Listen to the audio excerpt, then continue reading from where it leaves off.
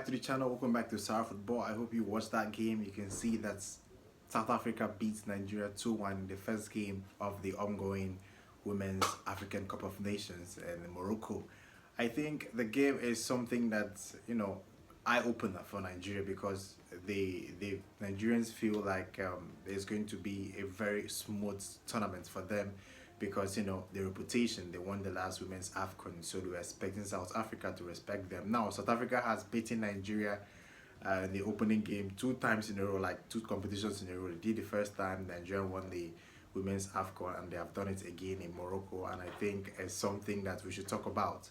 First of all, I think Nigeria played pretty okay in the first few minutes, but I was disappointed with the way they distributed the ball, especially when it got back to the defenders. Instead of passing the ball, they started ballooning it, for Oshola to get that run and make the attacking run and threaten the defense. But South Africa came prepared and they actually saw what Nigeria were capable of, and they played very well to stop Oshola. Assistant Oshola didn't see any chance in this particular game to cause harm to the South Africans, and we have to applaud them for that. The second thing I noticed is that the midfield was very poor. You see, South Africa, they were very lively, they were faster, they were younger, they were more hungrier than the Nigeria Super Falcons team. And I think one of the things that irked me in the first half was the fact that they couldn't press, especially in the attack. When the South Africa goalkeeper had the ball, I was shouting, go and press, press, press, press, but nothing was happening. You can see the front attacking players of the Nigeria Super Falcons just joking around, and you're not pressing further in that attacking third, and actually that is what helped South Africa get this, prestigious victory in the Women's Africa Cup of Nations. So overall, I think it was a very, entertaining game. Not in the first half. I think the second half was very, very entertaining. And the quick 2 goals from South Africa, I thought they could have been avoided. I think the first goal, the left back was, a little bit slow and sluggish, and, allowed the player there to pass the ball, and the defense stood still, got the ball, and scored a very good goal. I don't think the goalkeeper is to be blamed for both goals. I think it's something we have to blame on the defense because they didn't do well in those 2 goals.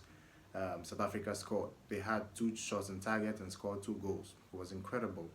But I think the attitude or the positioning of the goalkeeper should be questioned, or because the way she runs out to get the ball every time she comes out. I don't know if it's lack of communication with her defense, but she comes out all the time to get the ball, even when the defender is clearly in control to get the ball, or pass the ball, or send the ball out. The goalkeeper will come out and try to win the ball or kick it out. It's something they need to sort out going into the competition. But I think the Nigerian style of play will work against a weaker team, but against stronger teams like South Africa and teams that are very physical and very fast, the Nigerian team is going to struggle. We can see that the defensive line is actually very, very slow, and they are going to struggle against fast teams with pace, and teams that move the ball quickly. And if nothing is done, or antidotes to that particular sort of opponents, I think they are going to suffer in this competition, and it's going to be something for them to think about going forward in this particular competition. So I think South Africa played very well. They deserved the win. The last goal, I think it's something no one expected. Aji Bade just scored that fixing goal. He just placed the ball in the bottom corner, left hand side, and the goalkeeper stood still. I think it's a very, very good goal from her, and I think it's going to give Nigeria the boost, the momentum into the next game in the competition, because I'm sure that the next team they are going to face is going to suffer, because when they go back today, they are going to work very hard and come out with a response and show that they have learned a lesson in that South African game, and they'll come out to put a very good, impressive performance. For South African team, they are very young, hungry, fast, and they have the goals they score, especially the second goal, the way the player just laid the pass and the finish was sublime. I have to congratulate them and applaud them for that incredible performance, because it's one of the best I've seen in this competition so far, because it was technical excellence and brilliance in the second goal, and I have to applaud them for that. The pass, the finish,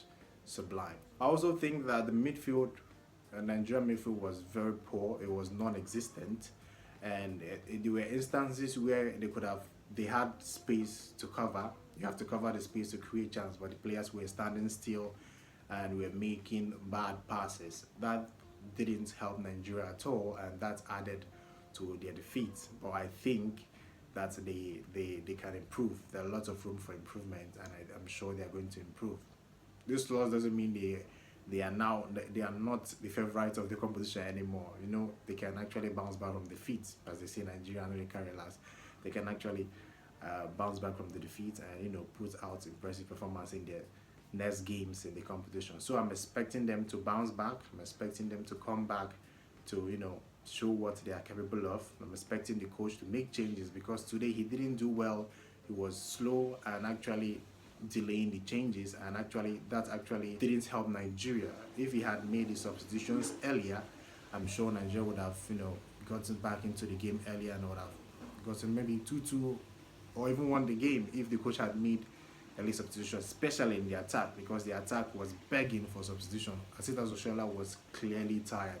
If you watch Barcelona, you see she doesn't play full time because she doesn't have the durability. She's not a player that is you play for 90 minutes. There's a player you bring in to change the game, or player that if she can score to 70 minutes, you sub her off and bring a better or a fast attacker because she can't play full 90 minutes. I think the coach should know that. If you watch Barcelona women, you know that is the kind of player Asita Oshoala is for them. So I'm hoping the coach would take note of that Asita Oshoala, if things doesn't go her way, change, or bring someone that can actually complement her in the attack.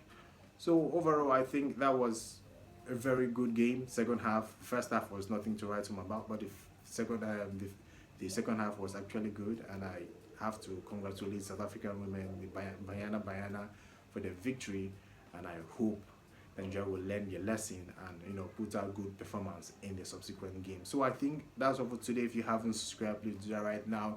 As usual, my name is Clinton Eleto. Subscribe and hit the notification bell if you haven't, and watch the highlights. I'll put the link for the highlights here for you to go and see if you haven't seen that. So that's all for today. If you haven't subscribed, do that. I keep reminding you, subscribe and hit that notification bell. Till next time, guys, goodbye.